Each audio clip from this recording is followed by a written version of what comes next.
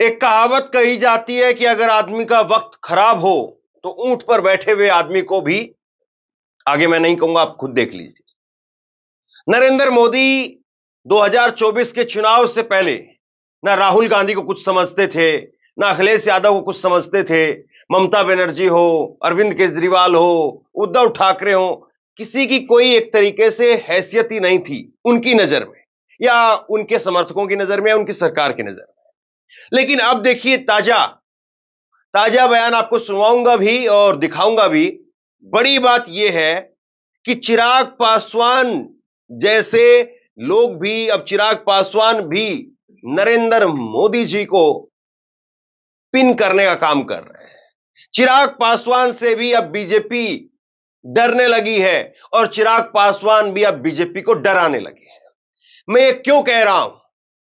एक सबसे बड़ा मुद्दा तैयार किया जा रहा है और उस मुद्दे के पीछे खड़े हैं राहुल गांधी।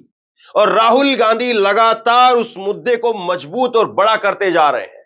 और जितना बड़ा वो मुद्दा होता जा रहा है, लगातार उसके नीचे आना पड़ रहा है बीजेपी के अपने सहयोगियों को भी। मैं बात कर रहा हूं जातीय जनगणना की। और जातीय जनगणना को लेकर के अब चिराग पासवान भी खुल करके समर्थन में आ गए हैं। और दूसरी तरफ नीतीश कुमार की पार्टी, वही नीतीश जिसको डीएनए में खोट है, पता नहीं क्या क्या कह दिया था जिन नीतीश कुमार को, वही नीतीश कुमार की पार्टी के नेताओं की तरफ से जो बयान निकल करके सामने आ रहे हैं, और इसमें ताजा बयान मैं आपको बताने जा रहा हूं, केसी त्यागी का ताजा बयान, जिस पर हम आगे चर्चा करेंगे। केसी त्यागी कह रहे हैं कि इजराइल से अपने हाथ पीछे खींचिए। जो भक्त लगातार इजराइल के समर्थन में खड़े रहे, फिलिस्तीन का विरोध करते रहे, अब चिराग पासवान के बाद में नीतीश कुमार की पार्टी ने भी मोदी के लिए एक तरीके से बगावत का एक ऐसा डोर खोल दिया है फिलिस्तीन और इजराइल को लेकर के, जिस पर मोदी सरकार ऑफिशियली तो सहमत होगी, लेकिन अनऑफिशियल तरीके से जो उनके भक्तों को समझाने मनाने का तरीका है, वहां पर सरकार फंस जाएगी। और उसके बाद में तीसरी बड़ी बात वो होगी टीडीपी की। टीडीपी भी अब टीडीपी नहीं रही, बल्कि टीडीपी भी अब आंखें दिखा रही है। और ये टीडीपी, चंद्रबाबू नायडू, उन्होंने भी खुल करके वक्फ बोर्ड बिल पर लाइन खींचने का काम किया है। तो इसीलिए मैंने कहा कि एक वक्त ऐसा था जब नरेंद्र मोदी, राहुल गांधी और इन तमाम नेताओं को कुछ नहीं मानते थे, विपक्ष के नेता उनको भी कुछ नहीं मानते थे, लेकिन आज अपने घर के नेताओं को, उनको जिनको कैबिनेट के अंदर रखा हुआ है, उनको भी आज नरेंद्र मोदी मना रहे हैं। यह नौबत आ गई है और यह नौबत आज बहुत परेशान करने वाली है।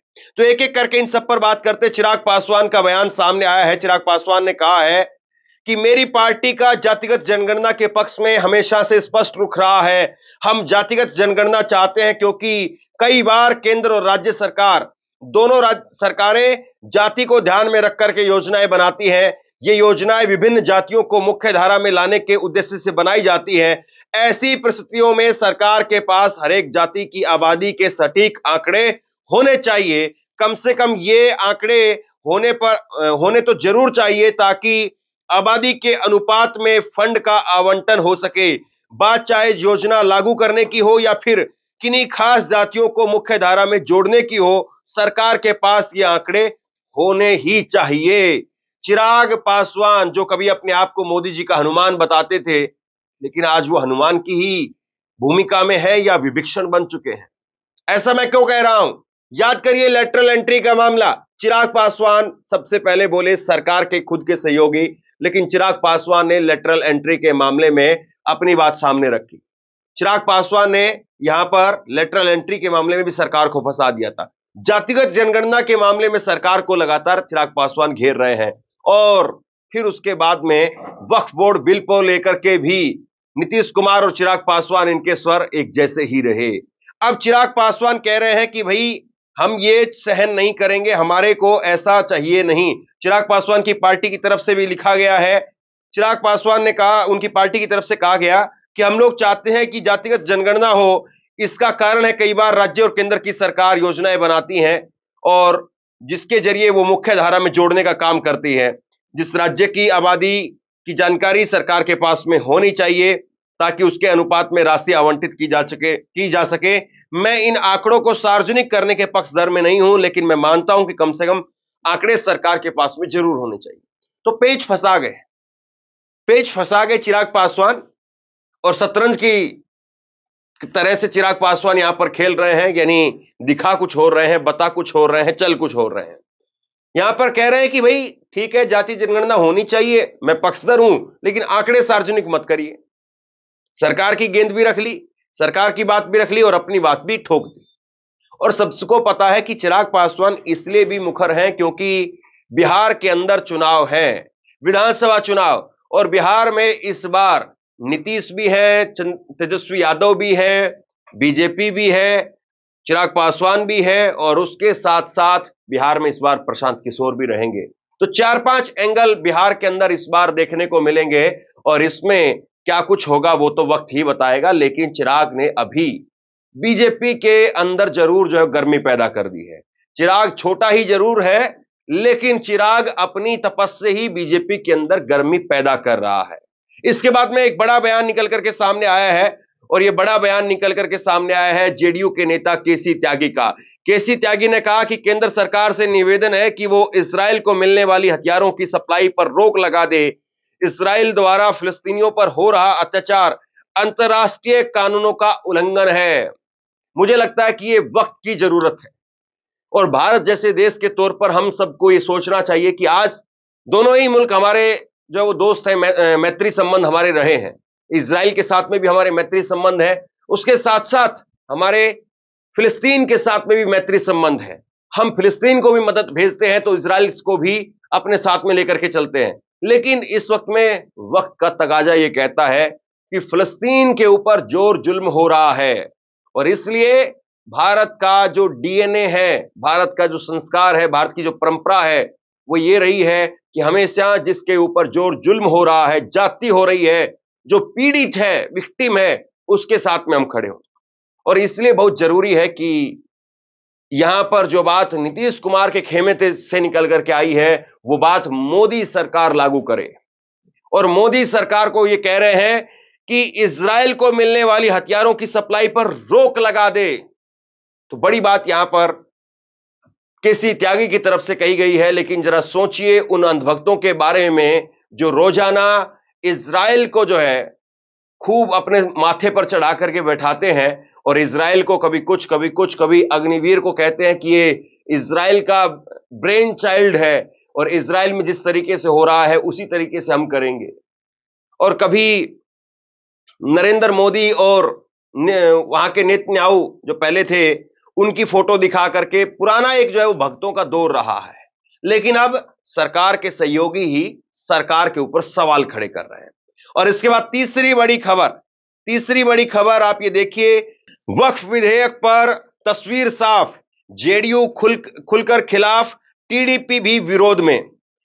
वक्फ विधेयक पर राजनीतिक तस्वीर अब बिल्कुल साफ हो गई है। जेडीयू जिसने पहले इसका समर्थन किया, अब पूरी तरह से इस विधेयक के खिलाफ है। चंद्रबाबू नायडू की पार्टी टीडीपी ने मुस्लिम संगठनों से कहा है कि वो इस विधेयक के विरोध में है। भाजपा के अंदर भी इस विधेयक को लेकर के विरोध है। तो एक बड़ी खबर जो है वो सत्य हिंदी ने यहां पर की है, और सत्य हिंदी ने इस खबर के अंदर बताया है कि किस तरीके से वक्फ बोर्ड बिल को लेकर के सरकार की अब मुश्किलें बढ़ने वाली हैं, और टीडीपी भी इसके विरोध में आ गई है। चंद्रबाबू नायडू को पहले कोशिश की गई कि इन दोनों राज्यों को, चंद्रबाबू नायडू और नीतीश कुमार को, बजट के जरिए निपटा करके शांत कर दिया जाए। लेकिन जब आप कमजोर होते हैं तो फिर विरोधी आप पर वार करते हैं, और फिर आपके सहयोगी भी आपको नहीं छोड़ते हैं। राजनीति बड़ी निर्मम है। एक लाइन कही जाती है कि राजनीति जो ना कराए वो कम है, और वही होता हुआ दिखाई दे रहा है। नरेंद्र मोदी जी ने भी जो नहीं चाहा वो करवाया। चिराग पासवान उनको अपना भगवान बताते थे और अपने आप को उनका हनुमान बताते थे, लेकिन चिराग पासवान जो अपने आप को हनुमान बता रहे थे, उन्हीं से पार्टी तोड़ करके उनके चाचा को उनकी पार्टी सिंबल सब कुछ दे दिया, सांसद भी उनकी तरफ चले गए। चिराग पासवान का सामान उठा करके उन्होंने अपने घर में अपने पिताजी की तस्वीर लगा करके उस घर को अपने पास रखना चाहा, लेकिन सब कुछ एक तिनके की तरीके से तहस नहस होता चला गया और चिराग पासवान का सामान उठा करके बाहर सड़क पर रख दिया। और उसके बाद में चिराग पासवान संघर्ष करते हुए आए और तब मोदी को लगा कि अब जरूरत है चिराग की, तब फिर चिराग को बाद में साथ में ले लिया। तो राजनीति कुछ इसी तरीके से चलती है और राजनीति के अंदर जो तस्वीर निकल करके सामने आ रही है वो बता रही है कि मोदी जी की परेशानी अब दिनों दिन बढ़ती जा रही है और 3 बड़े सहयोगी वो आंखें दिखा रहे हैं। एक सहयोगी और हैं महाराष्ट्र के अंदर। महाराष्ट्र में एकनाथ शिंदे वो भी बड़े बेचैन हैं, लेकिन एकनाथ शिंदे फिलहाल अपनी कुर्सी बचाने के लिए लगे हुए हैं और इसीलिए वो खामोश हैं। वो पहले ये सोच रहे हैं कि विधानसभा चुनाव निपट जाए और विधानसभा चुनाव निपटने के बाद में कुर्सी एक बार पक्की हो जाए, तब उसके बाद में तय किया जाएगा कि कौन कहां किस तरफ। क्योंकि महाराष्ट्र से भी अच्छी खबर नहीं आ रही है और महाराष्ट्र में भी लगातार बीजेपी का जिस तरीके से फजीयत होती जा रही है। कल ही नरेंद्र मोदी के द्वारा अनावरण की गई मूर्ति मात्र 8 महीने के अंदर ढेर हो गई। छत्रपति शिवाजी महाराज की मूर्ति 8 महीने पहले जिसका अनावरण नरेंद्र मोदी जी ने अपने हाथों से किया था, वो ढह गई। तो महाराष्ट्र में भी स्थिति अच्छी नहीं है, बिहार में हाल बेहाल है और उसके साथ साथ अब टीडीपी भी आंखें दिखाने लगी है। तो मोदी जी अपनी सरकार कैसे बचाएंगे, कैसे चलाएंगे, कब तक चलेगी, यह बड़ा सवाल है। आप क्या सोचते हैं नीचे कमेंट बॉक्स में लिख करके जरूर बताइए। इस वीडियो को खूब शेयर कीजिए, लोगों तक पहुंचाइए और इसी तरह की तमाम खबरों के लिए ऑनलाइन न्यूज इंडिया को सब्सक्राइब कीजिए। आपका बहुत बहुत धन्यवाद।